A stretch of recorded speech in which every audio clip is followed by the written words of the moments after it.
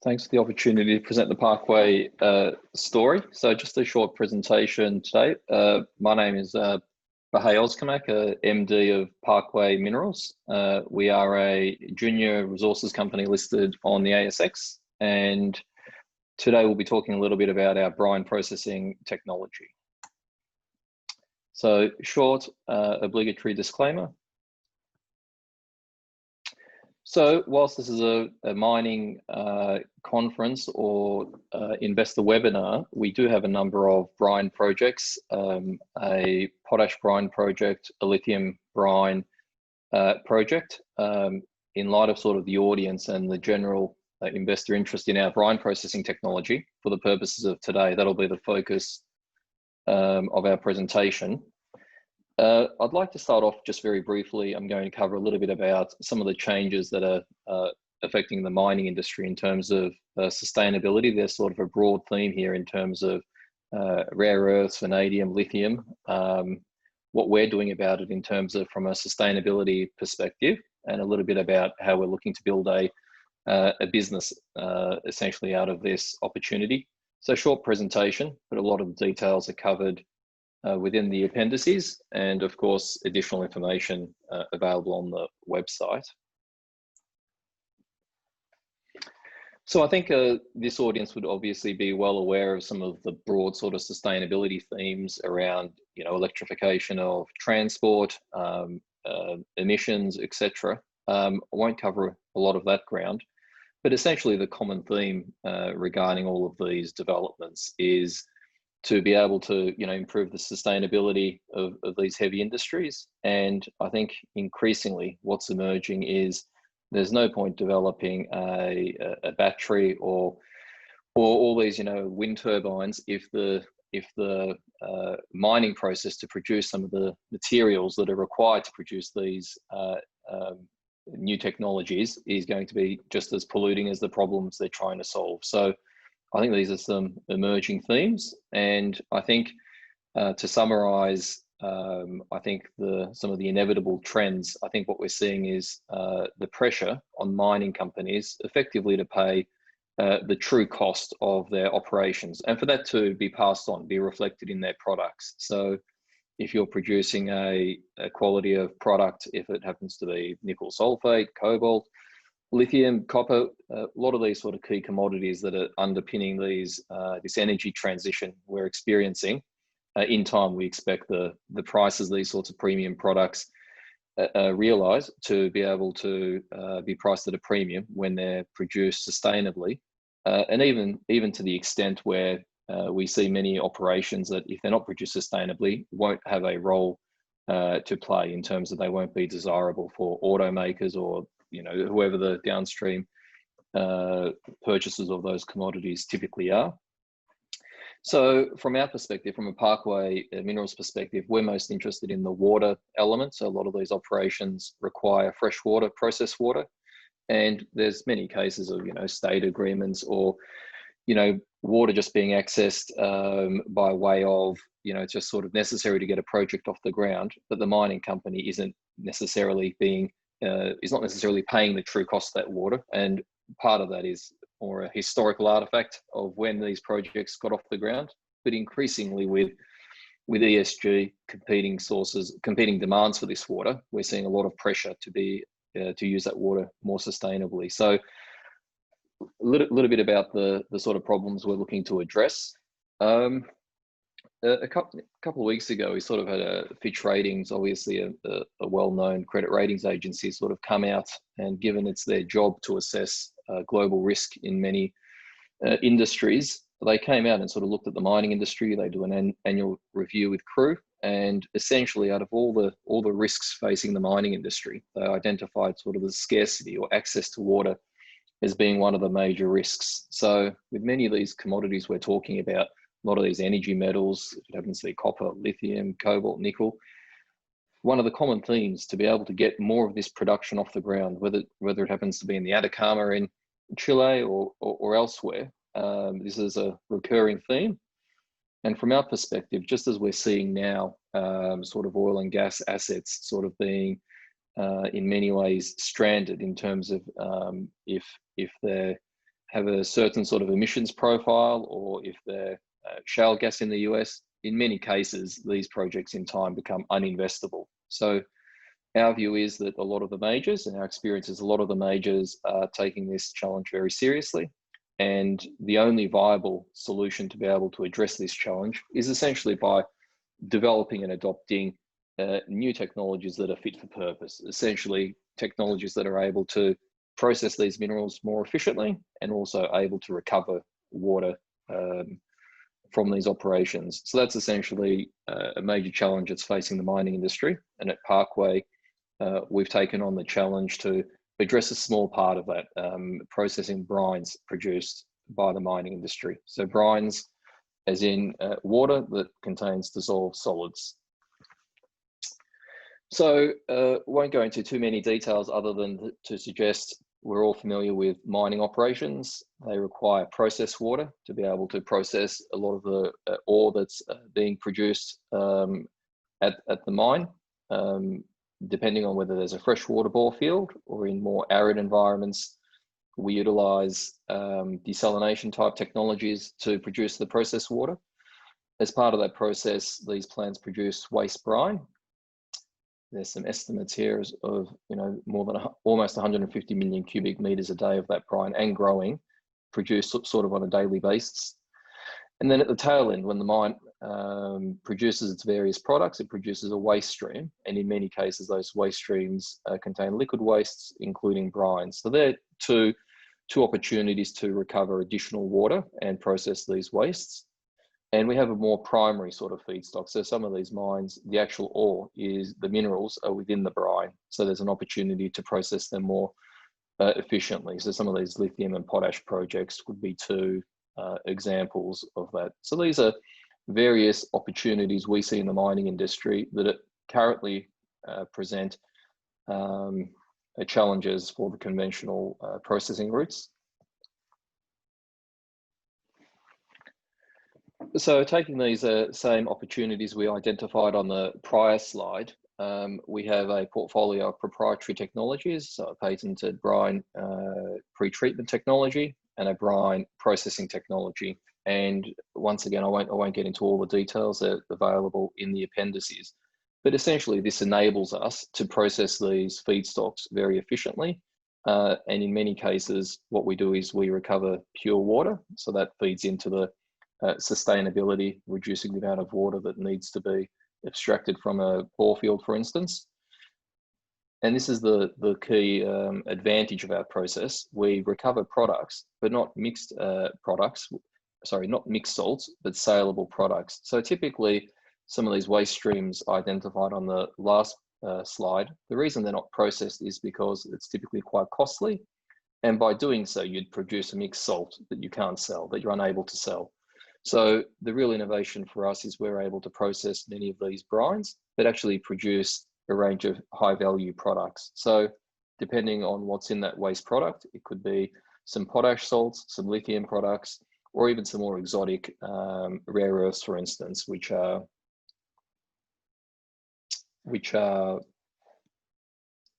saleable.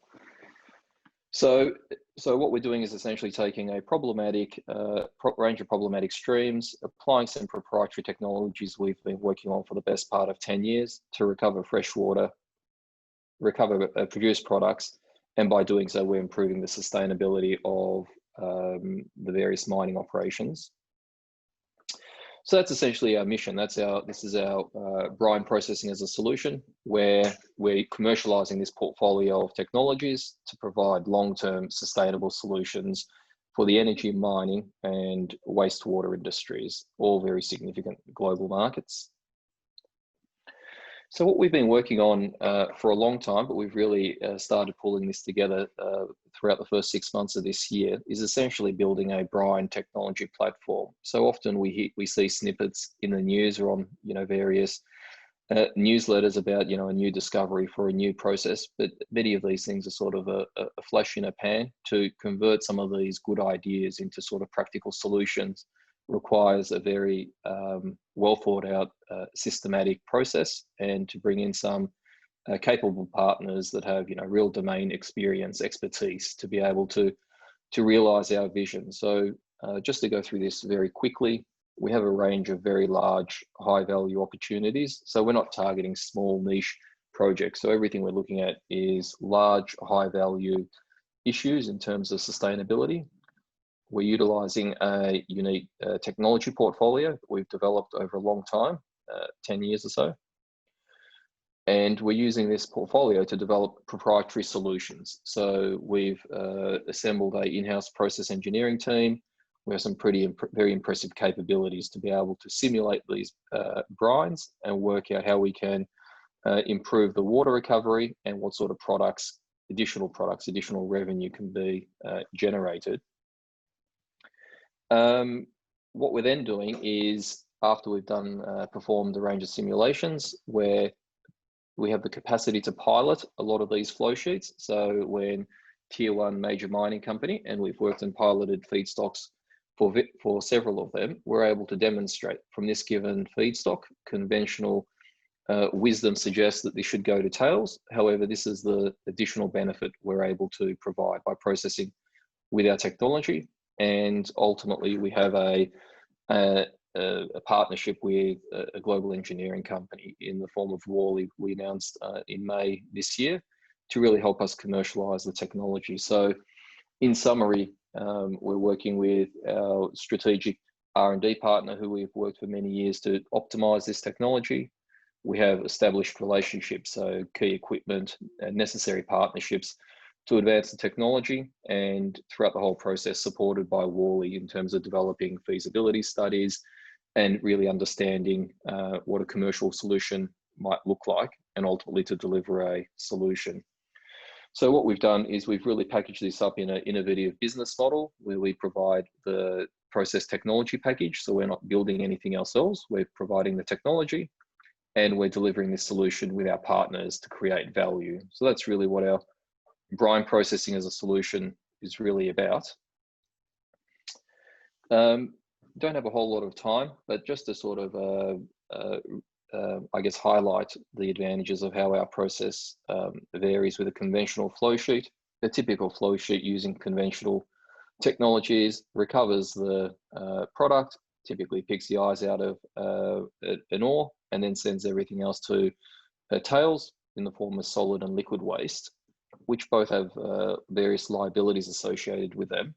So what we're able to do by using our proprietary technology, we recover some of the liquid from the solid waste, process the primary liquid waste, and what we do is we recover pure water, which enhances the water efficiency of the overall project, but importantly, produces additional product, which is revenue. So that's quite an important driver for the adoption of our technology.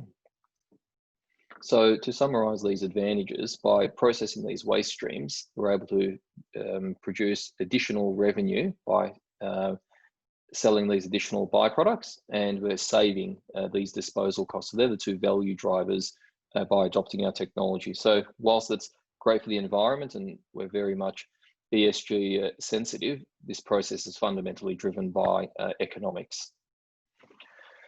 So what we're doing is leveraging our technology. We've recently provided a little bit of guidance, although some sort of mining investors sort of understand sort of the royalty business model. We've provided sort of an illustrative example here, where essentially a existing operation which produces a fixed amount of revenue and a corresponding amount of earnings, by applying our technology. So the advantages I outlined earlier, the additional product we're able to produce, so from the recovery of byproducts and additional product, as well as saving essentially the disposal cost that a normal operation would pay, essentially to build the tailings facility, to monitor it. There are significant liabilities associated with that. So by adopting our technology without processing any additional feedstock, the mine isn't any larger, the processing plant isn't any larger. These additional revenue amounts essentially, and savings amounts, essentially correspond to a disproportionate increase in earnings. So what we're really doing is partnering with industry with problems to enhance the efficiency of their operations, creating substantial value that's really quite significant relative to the existing operations, as well as the capex required to deliver the solution. So we've gone through this process with a number of projects, sort of various sort of commercial discussions, and the feedback we've received that given this is the sort of value uplift opportunity we're discussing, our capacity to share in that value creation has been very well received. So in time, what we're looking to do, ultimately, our engineering partners would deliver the solution. We provide the technology to realize this additional value creation, and we would share in this opportunity, which might be, in this particular example, a couple of $1 million a year. So for a small company to have the capacity to build sort of a portfolio of these royalties, I think is quite attractive. And anyone who's sort of familiar with the royalty businesses that have done very well recently, I think would recognize the appeal of this business model. Just running out of time here, so just very quickly. So what we've done is essentially building the foundations. This has really been the focus over the last 6 to 12 months. So how do we design and deliver this technology? We've outlined a little bit about our business. So how is it that we're going to make money? So that last slide provides a little bit of visibility on that. And the opportunity, there's really a very large number of opportunities that, you know, many orders of magnitude above what we could ever hope to sort of address. So we're methodically working our way through some of these higher value opportunities. So things like refineries, the CSG industry, where the proponents are quite enthusiastic to improve the sustainability of those operations. So that's essentially our corporate strategy, to sort of execute this business plan. As part of this process, we're delivering a pre-feasibility study at the moment. We're roughly halfway through that process, and we're delivering a new state-of-the-art pilot plant. We've had input from our partners, including Worley, to assist us really scale up the technology to be able to develop engineering parameters to support our ongoing commercial negotiations. So just to summarize, we essentially have a unique technology portfolio. So I think that's very important in terms of being able to extract value from what we're doing. We're addressing very large addressable markets. So each of these, sort of the mining, energy, desal, are very large multi-billion-dollar opportunities. And there's very strong economic drivers and ESG drivers for change. So many interesting technologies remain interesting for a long time, but we think our time is now to get our technology in the industry, and I think we're making some great progress. We're focused on some very high value applications. So given the broad spectrum of opportunities, we're really quite focused on those opportunities that move the needle. We're working with very large, credible partners. So we want to be able to deliver technology solutions to the Rios and the BHPs of the world. So that really needs to be the case in terms of credible partners.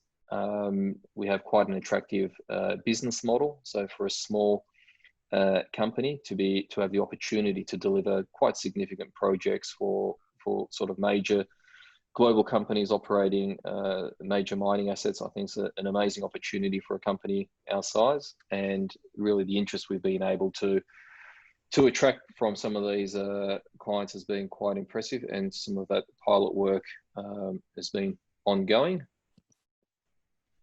Just a quick corporate snapshot, given we're out of time. Essentially, we're capped at $10 million at the moment, sort of peak market cap, $15 to $20 million over the last 6 or so months. We have a relatively tight register, well funded. So we're funded into middle of 2021 at this stage. We have a strategic investment in Davenport Resources, which controls a 5 billion tonne potash resource in Germany. So we're the largest shareholder there, and we're instigating some M&A type strategic initiatives to help unlock some value. And importantly, as a junior resources company, transitioning to really get a mining technology into the industry, I think it's quite important to outline we have significant technology commercialization experience in the team. We're aligned with shareholders, so myself and other directors, management, engineering team we're all shareholders, option holders in the company. So really focused on making a success of Parkway Minerals. And I think the sort of corporate traction we've been able to generate recently that we hope to sort of be able to say a bit more about soon, I think will sort of continue to validate the business we're building at the moment. So just a short presentation, and there's some more detailed information about the opportunity, how we go about processing these brines, a little bit more detail, our partnership on Worley, what the collaboration looks like, a little bit a case study about how we add value, an overview of a couple of our brine projects. The final point I'd like to make here is we're looking to drill a very low cost, very high impact exploration hole. If we can sort out some very small access permit related issues, really hope to be able to spud that hole shortly in what we consider to be, you know, sort of the most exciting greenfield lithium brine opportunity in North America. So that's it for Parkway Minerals. Thanks for the opportunity. Happy to take some questions. Hi, Bahay. Thanks for the presentation. I think there's a couple of questions. So one is, what is preventing major mining companies from signing up to the AMS process right now? Absolutely nothing. So we've done enough test work and have had enough interest to be able to engage those companies. At this stage, delivering a solution, mining companies don't acquire technologies. What they're after is a solution, and a solution involves, and that's what this technology platform was about. So what we need to be able to do is deliver a engineering package in terms of, we need to be able to simulate, we need to be able to pilot, and we need to be able to wrap that up in a feasibility study. So that's a ongoing process. The pre-feasibility study that we halfway through for our Kringa Lakes project is really qualifying vendors, qualifying equipment, developing simulations, doing some met work. So all that stuff in the next couple of months is going to come together, and that really forms the basis of every project we're working on. So with the onset of COVID in the last couple of months, we've really turned inward, building this platform, and the process, once we have this in place, to go back and really reinvigorate some of these. We flagged that we've done some work for a global top 5 potash company. We've worked for a global top 5 global mining company, several other opportunities, very successful test work, and we'll go back and transition those discussions into more commercially focused feasibility studies. A 6-month, $2 million program to deliver a feasibility study to build a $30 million plant. But really, we need to get these foundations right, and we're in the thick of that at the moment. There's unfortunately no fast track for that. So we're going about it methodically, going as fast as we can. We're in the process of recruiting additional engineers at the moment. So in the coming months, we'll hope to have a bit more info on that. Right, and to add on to that question, are there any major mining companies currently doing pre-feasibility studies on AMS right now?